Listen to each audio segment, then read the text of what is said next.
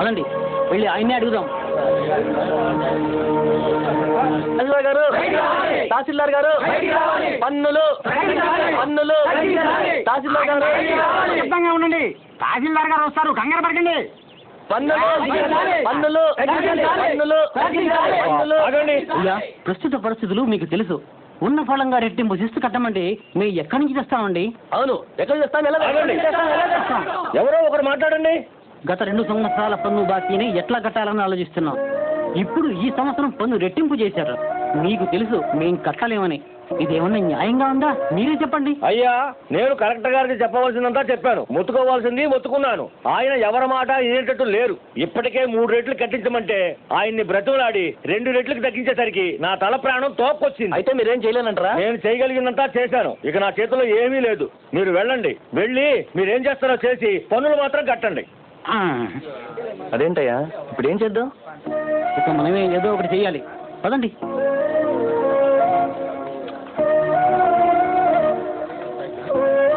ఏంటి వెంకటరావు గారు, మొహాన్ని ఆరాడేసుకుంటూ వచ్చారు? ఏమైంది? మాట్లాడేటండి.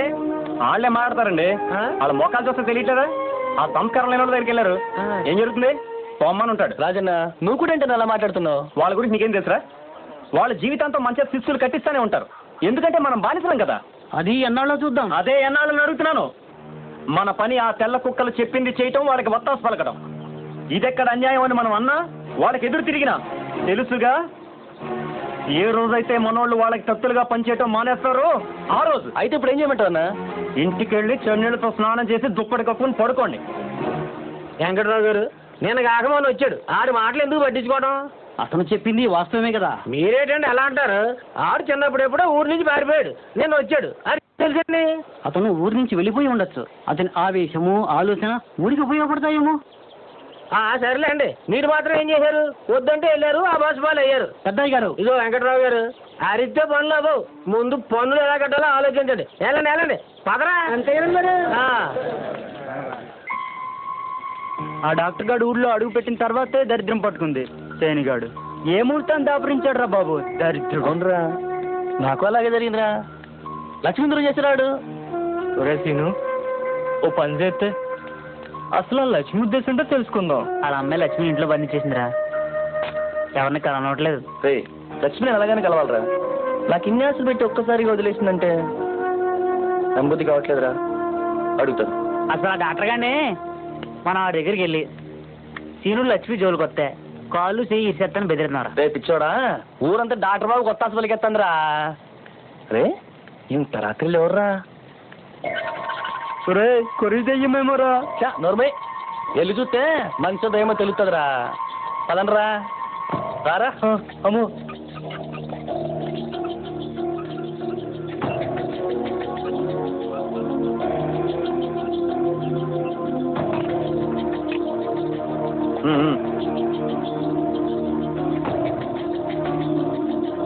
ఇన్నాళ్ళు ఎవరికి అనుమానం రాకుండా మసులుకున్నా.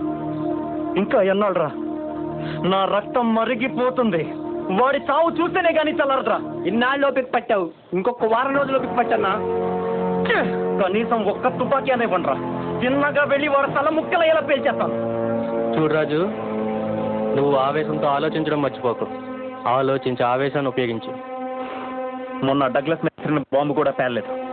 ఈసారి అలా జరగకూడదు. విస్ఫోటనలో వాడు దెబ్బకి ముక్కలు ముక్కలైపోవాలి. రేయ్, ఎవడ్రా? రేయ్, ఆగండ్రా. రేయ్, బయటికి. రేయ్, ఆగండ్రా, ఆగండి. అవును, మేమే ఆ డగ్లస్ని చంపడానికి వచ్చింది.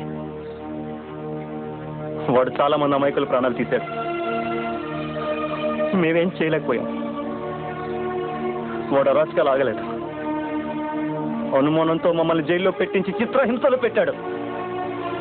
అడ్డొచ్చినోడిని కాల్చేవాడు, లేకపోతే ఉరి తీయించేవాడు. మేం జైలు నుంచి వచ్చేసరికి ఎట్టి పరిస్థితుల్లో వాడిని చంపాలని నిర్ణయించుకున్నాం. కానీ బయటకు వచ్చేసరికి తెలిసింది వాడు ఇక్కడే ఉన్నాడని. సమరం ఆరంభించాం. వాడు అదృష్టం బాగుండి ఒక్కసారి తప్పించుకున్నాడు. ఇక తప్పించుకోలేడు. అన్న, మన విషయం వీళ్ళల్లో ఎవరైనా చెప్తే? ఒకవేళ చెప్తే వాళ్ళు నన్ను చంపుతారు. కానీ మన సమరం నా ఒక్కడి సాగుతో ఆగదు. ఈ సావడాలు చంపుకోవడాలు మనకెందుకు రాజన్న? భయం రా.